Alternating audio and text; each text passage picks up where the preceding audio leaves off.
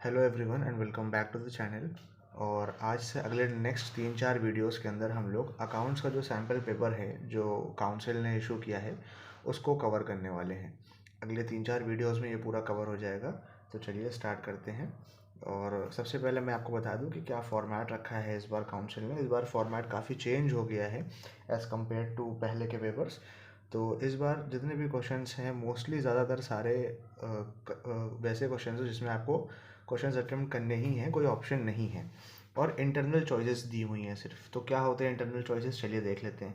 तो section A है जो कि कंपलसरी है। उसके बाद कैंडिडेट्स को मतलब स्टूडेंट्स को या तो सेक्शन बी सेलेक्ट करना है या सेक्शन सी सेलेक्ट करना है। सेक्शन ए कम्प्लीटली 60 मार्क्स का है, ठीक है। और बी या सी जो भी आप सेलेक्ट करते हैं वो 20 मार्क्स का होगा। और दोनों में से कोई एक ही सेक्शन आप सेलेक्ट कर सकते हैं। रही बात ऑप्शंस की, तो देखिए ऑप्शंस कुछ इस तरीके से दिए गए हैं इस बार कि सेक्शन ए जो 60 मार्क्स का है उसके अंदर 1 मार्क्स के मल्टीपल चॉइस क्वेश्चन या वन वर्ड आंसर टाइप आएंगे। 10 क्वेश्चंस 10 मार्क्स हो जाएंगे, कोई ऑप्शन नहीं रहेगा। 10 के 10 आपको अटेम्प्ट करने हैं। उसके बाद 3 मार्क्स के 4 क्वेश्चन आएंगे छोटे छोटे, जिसमें आपका इशू ऑफ डिबेंचर या जनरल एंट्री से रिलेटेड कुछ क्वेश्चन हो सकते हैं। तो 3 4 12 मार्क्स हो जाएंगे। अब ये जो 4 क्वेश्चंस हैं, इन 4 क्वेश्चंस में से ऐसे ये जो टोटल 4 क्वेश्चंस है, 1 2 3 4, तो एक क्वेश्चन ऐसा होगा जिसमें कोई चॉइस नहीं, ये आपको करना ही करना है। दूसरा क्वेश्चन ऐसा हो सकता है कि जिसमें आपको दो चॉइस दे दी जाए कि या तो आप ए कर लीजिए और बी, या तो आप ये कर लीजिए या फिर आप ये कर लीजिए, ठीक।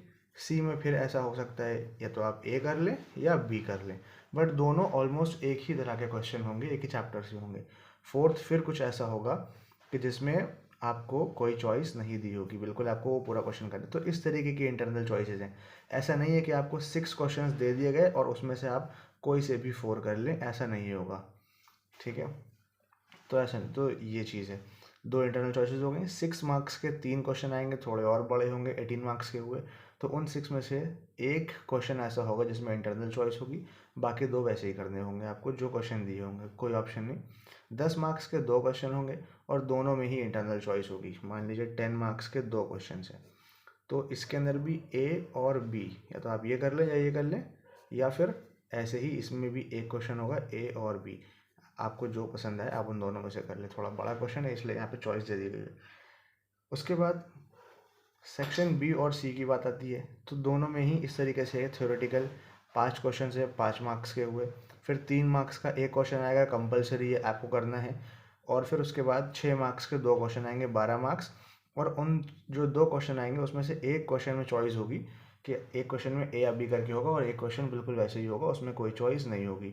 तो 12 3 15 और 5 20 मार्क्स ये आपके कंप्लीट हो जाते हैं, ठीक है। इस तरीके से आपके 60 + 20 आपके 80 मार्क्स का पेपर हो जाता है। तो चलिए फटाफट पेपर डिस्कस करते हैं बिना टाइम वेस्ट करें। तो यहाँ पे पहला क्वेश्चन दिया हुआ है, ठीक है। पहला क्वेश्चन यहाँ पे दिया हुआ है कि इन सब पार्ट, जो फर्स्ट क्वेश्चन है इसके अंदर मैंने बताया था आपको कि 10 क्वेश्चंस होंगे ना।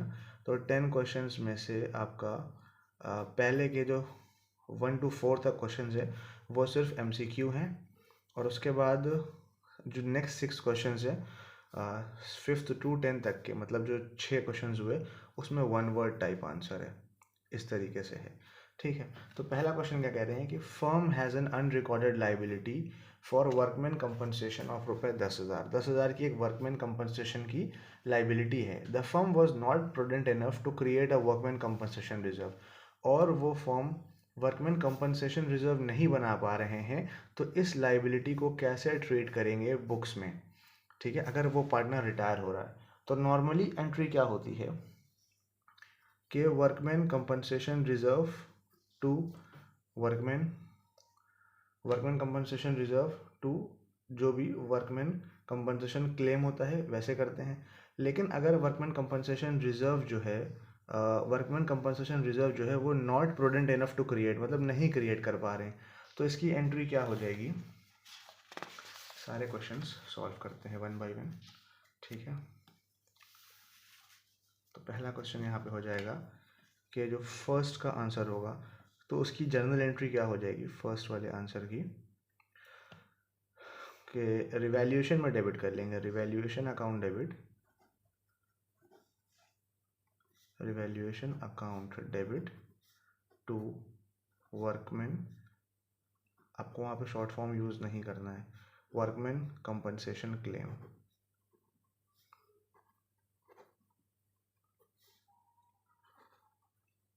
इस तरीके से तो रिवैल्यूएशन अकाउंट में डेबिट कर लेंगे, इसका मतलब हमारा सी ऑप्शन सही है।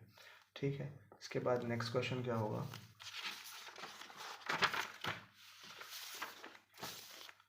ठीक है, तो नेक्स्ट क्वेश्चन यहाँ पे लिखा हुआ है कि नेपट्यून लिमिटेड एक ऐसी कंपनी है जो अनलिस्टेड मैन्युफैक्चरिंग कंपनी है, उसको रिडीम करने हैं अपने, दिख नहीं रहा है, सॉरी, हाँ, तो नेपट्यून लिमिटेड एक ऐसी मैन्युफैक्चरिंग कंपनी है जिसको रिडीम करने हैं अपने 3000 डिबेंचर्स 100 रुपये के 30 सितंबर 2022 को। ठीक है, देखिए कंपनीज अगर डिबेंचर्स की बात कर रहे हैं तो फ़ौरन ध्यान में आना चाहिए कि कंपनी किस टाइप की कंपनी है। ठीक है, मैन्युफैक्चरिंग कंपनी यहाँ पे लिखा हुआ है। कंपनीज देखिए सिर्फ कुछ इस तरह की कंपनीज होती हैं जो फाइनेंशियल नेचर की होती हैं, फाइनेंशियल नेचर की। ठीक है, अगर फाइनेंशियल नेचर की कोई कंपनी है, लाइक बैंकिंग कंपनी हो गई, ठीक है, तो इस कंडीशन में क्या होता है कि डिबेंचर रिडेम्पशन इन्वेस्टमेंट नहीं होता है। लेकिन अगर कोई और कंपनी है जैसे कि मैन्युफैक्चरिंग कंपनी या किसी और बिजनेस से रिलेटेड है तो उसको इन्वेस्टमेंट करना पड़ता है। तो और ये किस इन्वेस्टमेंट की बात कर रहे हैं? कह रहे हैं कि on which date should the company invest in specified securities, कौन सा इन्वेस्टमेंट? ये बात कर रहे हैं डिबेंचर रिडेम्पशन इन्वेस्टमेंट के बारे में, कि जब भी हम लोगों ने अभी डिबेंचर्स पढ़ा होगा तो उसमें क्या था कि जब रिडीम करते हैं तो उससे पहले एक रिजर्व बनाना पड़ता है, डिबेंचर रिडेम्पशन रिजर्व, और एक डिबेंचर रिडेम्पशन इन्वेस्टमेंट बनाना पड़ता है। तो इन्वेस्टमेंट कितना होता है? 15% होता है, ये बात ध्यान रखिएगा। जितने रुपए का भी अमाउंट रिडीम करते हैं उसका 15% होता है।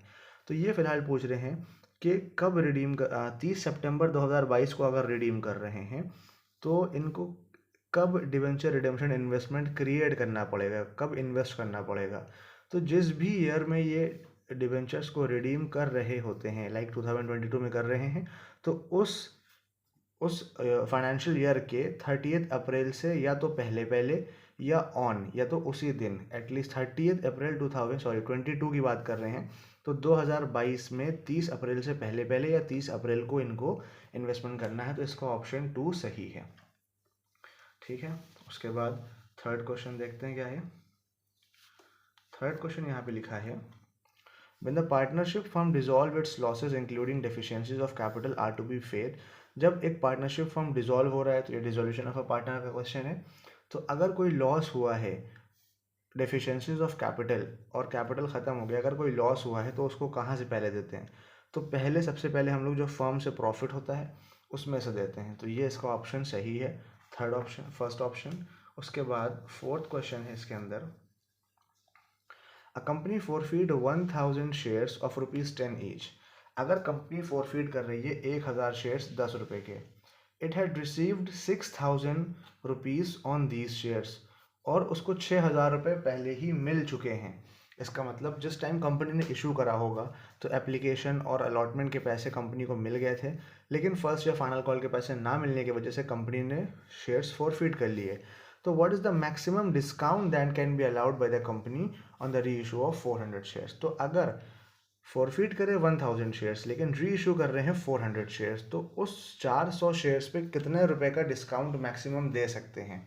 तो देखिए जितने रुपए रिसीव कर लिए होते हैं कंपनी ने उतने रुपए का ही मैक्सिमम डिस्काउंट दे सकते हैं। तो इस क्वेश्चन को पहले यहाँ पे लिखते हैं कॉपी के अंदर, उसके बाद समझते हैं। तो ये क्वेश्चन नंबर 4 है। तो इसमें जिस टाइम पे कंपनी ने फॉरफीट करे थे, व्हेन कंपनी फॉरफीटेड,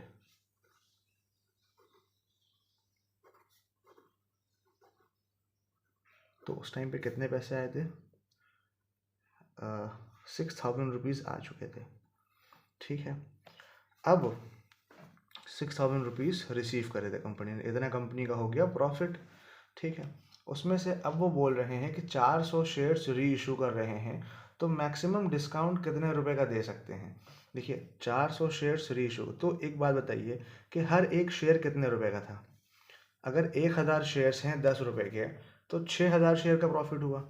तो ईच शेयर, यहाँ पे लिखेंगे प्रॉफिट ऑन ईच शेयर, हर एक शेयर के ऊपर कितने का प्रॉफिट हुआ है, तो 6000 अपॉन कितने शेयर्स है टोटल, 1000 शेयर्स हैं, इसका मतलब कि 6 रुपीज़ का प्रॉफिट हुआ है, 6 रुपीज़ ऑन ईच शेयर, हर एक शेयर के ऊपर 6 रुपये का प्रॉफिट हुआ है, इतने रुपए रिसीव करें जो फॉरफिट करें हैं उससे।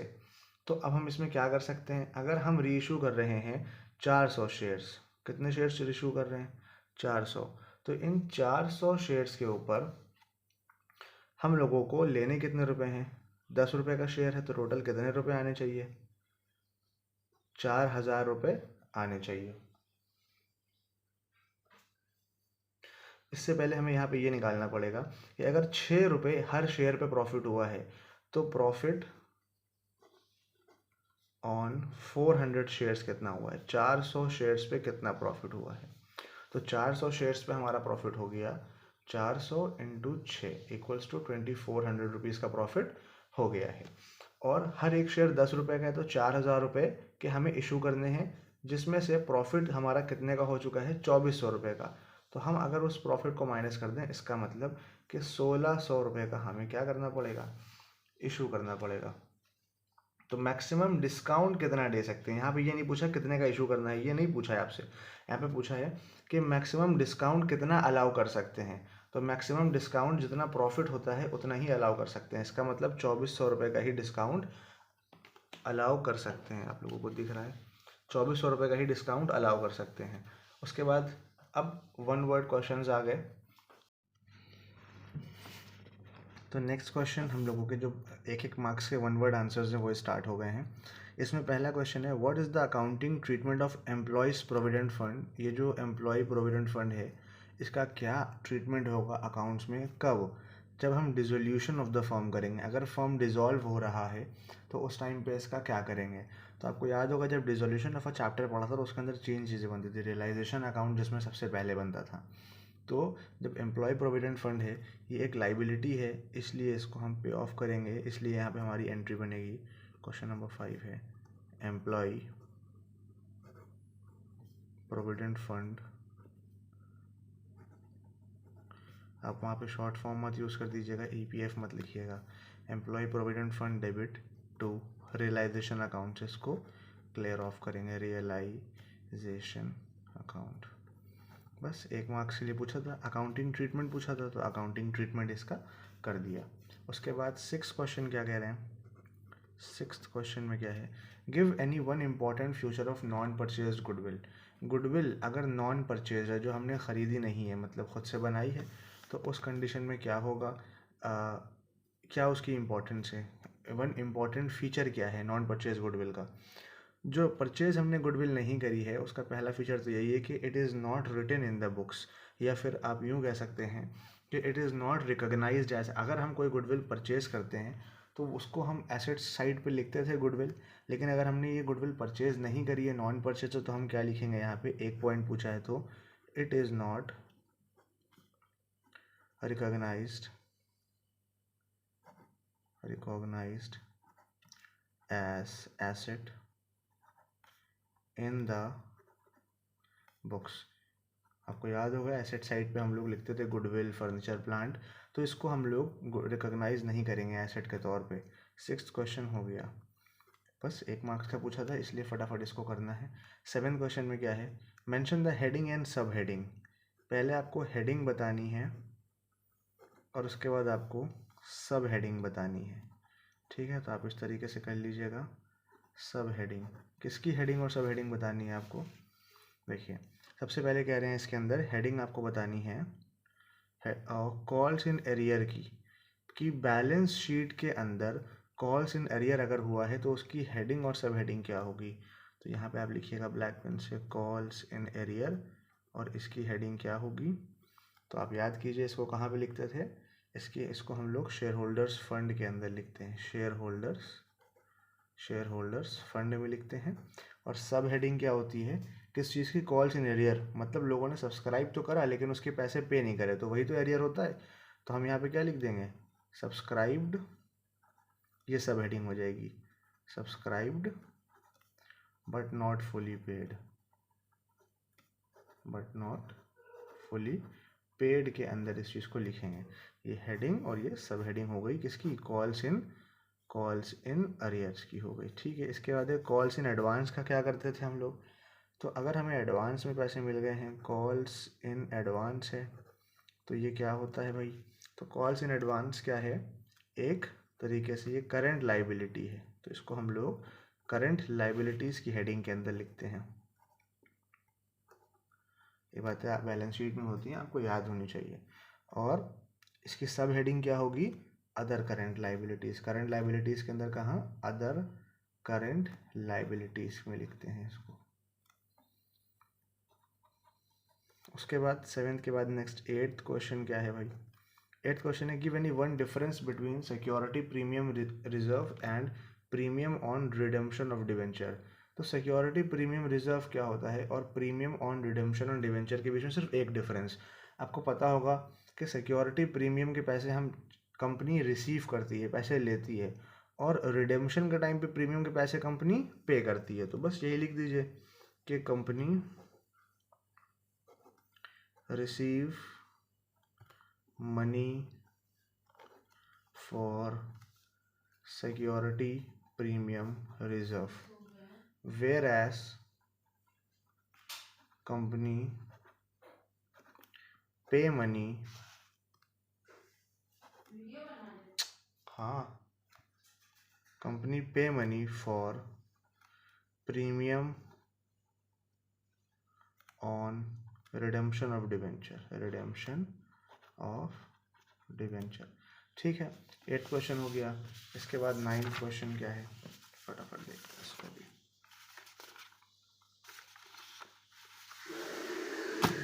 यार हद खत्म है।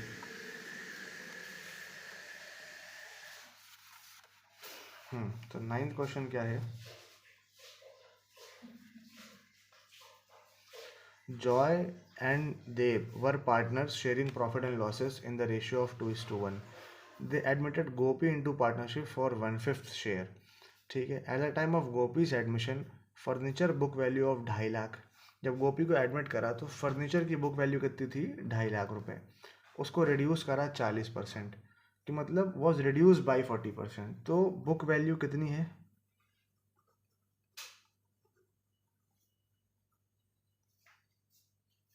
बुक वैल्यू है 2.5 लाख रुपए, 2,50,000 रुपए।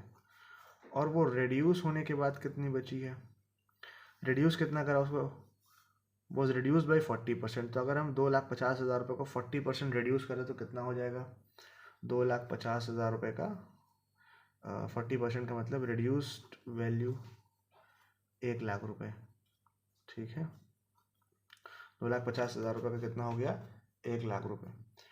तो ये इतने पैसे कम हो गए। और आगे क्या लिखा है कि मशीनरी जिसकी बुक वैल्यू 1,50,000 रुपये है वॉज रिड्यूस टू 40%। देखिए दोनों में डिफरेंस है, वॉज रिड्यूस टू 40% और यहाँ पे लिखा हुआ है कि वॉज रिड्यूस्ड बाई 40%, 40% कम करा। तो 2,50,000 रुपये का 40% कम करा, 40% कितना होता है, 1 लाख रुपए। और बुक वैल्यू कितनी, और रिड्यूस टू 40%, तो मशीन की बुक वैल्यू कितनी हो गई, 1,50,000 रुपये की जो मशीन थी अब वो 40% ही रही। तो इसका मतलब 60,000 रुपये रिड्यूस हुई है, सॉरी 60%। अगर 40% बुक वैल्यू है तो 60% बुक वैल्यू इसकी रिड्यूस हुई है। तो 1,50,000 रुपये का 60% कितना हुआ, 1,50,000 रुपये का 60% कितना हुआ, 90,000 रुपये। ठीक है, तो ये दोनों, ये किसकी हो गई, ये हो गई फर्नीचर की और ये हो गई मशीन की। बुक वैल्यू थी 1,50,000 रुपये, रिड्यूस होने के बाद वो मतलब इतने रुपए रिड्यूस हो गई और ये इतने रिड्यूस हो गई। तो टोटल पूछा गया what was the net decrease in value of assets. Net decrease कितना हुआ, कितने रुपए की वैल्यू एसेट्स की कम हो गई, तो 1,90,000 रुपये की नेट डिक्रीज हो गई इसके अंदर, है ना। तो यहाँ पे क्या हो जाएगा, 1,90,000 रुपये। ये इसके बाद लास्ट क्वेश्चन है जो MCQ से रिलेटेड है, उसके बाद आपके 3-3 मार्क्स वाले क्वेश्चन आ जाएंगे। क्या है इसमें, देखिए इसमें क्या लिखा हुआ है कि Gaby limited a listed NBFC non banking financial corporation has 30,000 5% debenture of ₹100 each due for redemption at par on 31 March 2012। देखिए ये भी रिडेम्पशन करना है आपको। रिडेम्पशन करने से पहले डिवेंचर रिडेम्पशन इन्वेस्टमेंट बनाना पड़ता है, ठीक है, लेकिन कुछ कंपनीज ऐसी होती है जिसके लिए नहीं बनाना पड़ता है, तो क्या ये उस कैटेगरी में तो नहीं आती है? ये नॉन बैंकिंग फाइनेंशियल कॉरपोरेशन है ना, नॉन बैंकिंग, तो इसके लिए आपको बनाना पड़ेगा। तो डिवेंचर रिडेम्पशन इन्वेस्टमेंट परचेज करा 30 अप्रैल को, was realised on the date of redemption, ठीक है। उसको क्या करा इन्होंने कि जिस दिन जब बनाते हैं तो उसको क्या करते हैं कि जिस दिन रिडीम करते हैं ना 31 मार्च 2022 को, तो इन्होंने 30 अप्रैल 21 को बनाया और 31 मार्च 2022 को रिडीम करेंगे, तो उससे पहले उसको बेचेंगे, रियलाइज़ करेंगे। तो बेचा कितने का? 102% पे बेचा, मतलब कि जितने रुपए का रिडेम्पशन डिवेंचर इन्वेस्टमेंट बनाया था उसका 2% एक्स्ट्रा बेचा और 0.5% ब्रोकरेज भी पे करा। एंड द डिवेंचर, उसके बाद डिवेंचर्स रिडीम कर लिए, and the debentures were redeemed.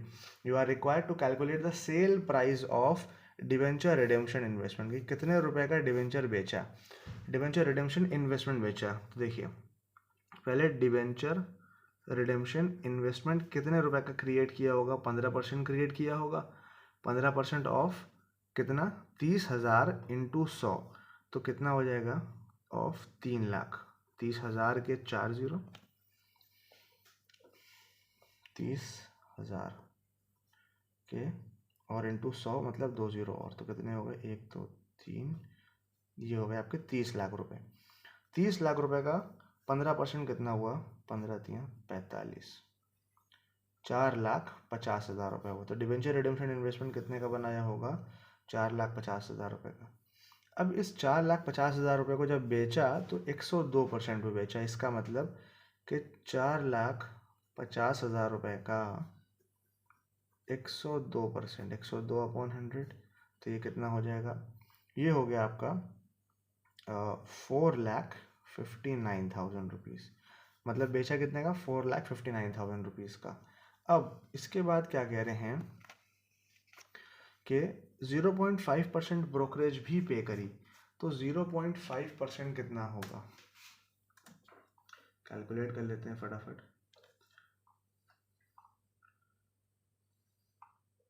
ठीक है, तो 0.5% हुआ आपका 0.5% ऑफ किसका निकालना है?